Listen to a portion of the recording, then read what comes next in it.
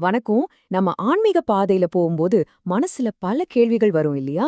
அப்படி நம்ம எல்லாருக்கும் வர்ற ஒரு பொதுவான கேள்விக்கு சித்தன் அருள் 1844 எவ்வளவு ஆழமான, தெளிவான ஒரு பதில கொடுக்குதுன்னு இன்னைக்கு நாம பார்க்கலாம்.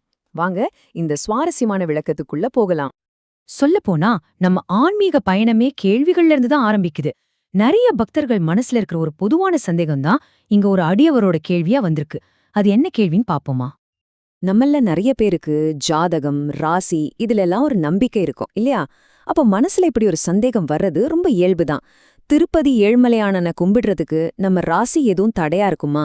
இல்ல குறிப்பிட்ட ராசிக்காரங்க தான் அவரை கும்பிடணும்னு ஏதாவது வரைமுறை இருக்கா? வாங்க இதுக்கான பதில தேடலாம். சரி, இவ்ளோ முக்கியமான ஒரு கேள்விக்கு குருநாதரோட பதில் எப்படி இருந்திருக்கும்னு நினைக்கிறீங்க? அது வெறும் ஒரு பதில் மட்டும் இல்லைங்க, நம்ம மனசுல இருக்கிற எல்லா குழப்பத்தையும் தீர்க்கிற ஒரு உறுதியான தெளிவு. அப்போ என்னதான் அந்த பதில்? ரொம்ப பெரிய விளக்கமா இருக்குமா? இல்ல ஆச்சரியப்படுற அளவுக்கு ரொம்ப எளிமையா இருக்குமா? இதோ பதில் இதுதான். அப்பப்பா நிச்சயம். ரெண்டே வார்த்தை தான். ஆனா எதுக்குள்ள எவ்ளோ பெரிய ஒரு உறுதி இருக்கு பாத்தீங்களா? எந்த ஒரு நிபந்தனையும் கிடையாது, எந்த சந்தேகத்துக்கும் இடமே இல்ல. பதில் ரொம்ப சிம்பிள், ரொம்ப கிளியர். அந்த பதிலுக்கு பின்னாடி இருக்கிற தீவிரத்தை இந்த ஒரு வரி காட்டுது.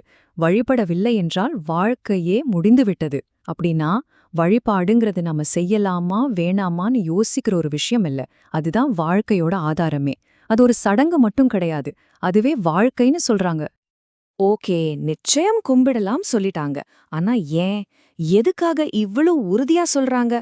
அதுக்கு பின்னாடி இருக்கிற அந்த அடிப்படை தத்துவத்தை நாம புரிஞ்சுக்கிட்டா போதும், எல்லா குழப்பமும் தீர்ந்துடும். இங்கதான் விஷயமே இருக்கு.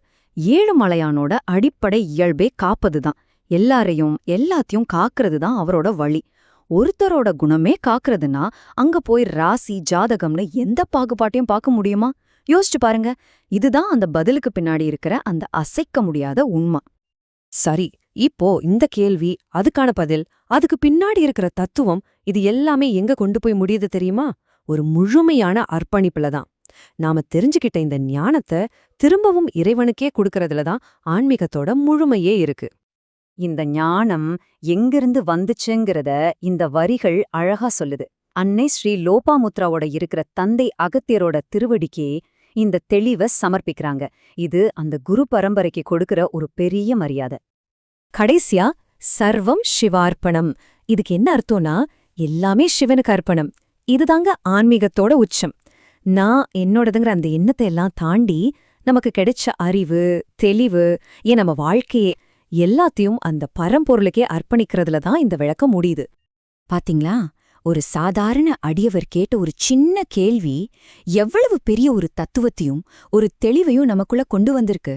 அப்போ ஒருவேளை ஆன்மீகத்துல தெளிவா அடையறதுக்கான உண்மையான வழியே சரியான கேள்விகளை கேட்கறது தானோ? நீங்க என்ன நினைக்கிறீங்க? இத பத்தி கொஞ்சம் யோசிச்சு பாருங்களேன்.